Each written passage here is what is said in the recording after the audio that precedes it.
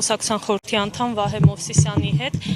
Վահե կրկին հակակոռուպցիոն դատարանում ենք եւ երրորդ նախագահի գործով դատական նիստն է, այս դատական նիստերի շղթան ըստ ձեզ ինչքան է շարունակվելու եւ ինչքան են շարունակելու ընդդիմադիր գործիչները ըստ իշխանությունների լինել մեղադրյալի աթոռ։ Բարև ձեզ, քանի Նիկոլ Փաշինյանը օկուպացրել է արդարադատության նախարարությունը, բոլոր ներքին գործերի նախարարներ եւ այլն, այսինքն իրեն են ծառայում, չէ՞,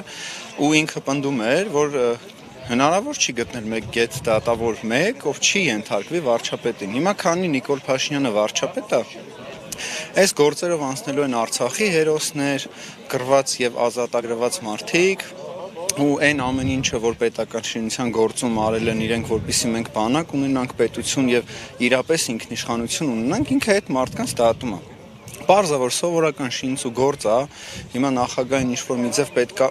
տանի բերի կազմակերպի, որ նաեւ իր այն ոնց որ ինքն էր ասում են շունշանգյալները, որը ընդդիմությանն էր վերագրում, ինքը իր աուդիտորիային այսպես կոչված, իր հետևորդներին պետքա ցույց տա, որ ինքը ինչ-որ գործով է զբաղվում։ Նախընտրական քարոզարշավի շրջանակներում Նիկոլ Փաշինյանը ամեն առավոտ 3 անգամ խաբում է մեր ժողովրդին։ Ինքը ասում է, որ թոշակառուները թող գնան դուրս հանգստանան, այդ ավելացված 10,000 դրամով ինքը ասում է, որ մենք ամեն ինչ ճիշտ կազմակերպել ենք, հեսա աշխարհահռչակ 2 ամենակիչը աստղեր գալու են Հայաստան, այդ հասույթը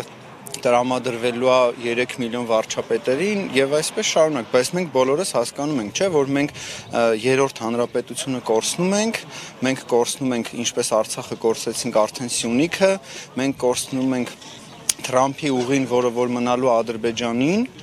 ու մենք կորցնում ենք այն ինքնիշխանությունը, որի համար պայքարել են եւ նախկին նախագահները եւ եռաբլուրում պարկասները, ովքեր որ ուզում էին Հայաստան եւ Արցախը լինել անկախ եւ անվտանգ։ Հիմա այս դատավարությունները նրա մասին է, որ Նիկոլ Փաշինյանը լինելով դավաճան դատում է ազատագրողներին։ Սրա մասին է խոսքը։ Ես ցավով ուզում եմ նշեմ, որ դատավորները, ովքեր որ հիմա ծառայում են Նիկոլ Փաշինյանին, ինչ որ մի պահի, երբ որ իշխանափոխություն լինի, իսկ այդ իշխանափոխությունը վստահ եմ կլինի։ Մենք ունենանք իրավիճակ, որտեղ որ իրանք պետքա պատասխանատվության ենթարկվեն օրենքի ամբողջ խստության, որովհետև ծառայելով Նիկոլ Փաշինյանին, իրենք ծառայում են Ալիևին եւ Էրդողանին։ Իսկ ով Հայաստանի Հանրապետության յուրաքանչյուր քաղաքացի ծառայում է ու թուրք-ադրբեջանական տանդեմին է ենթարկվում, ինքը ազգի դավաճանով պետքա ցմա ազատազրկվի։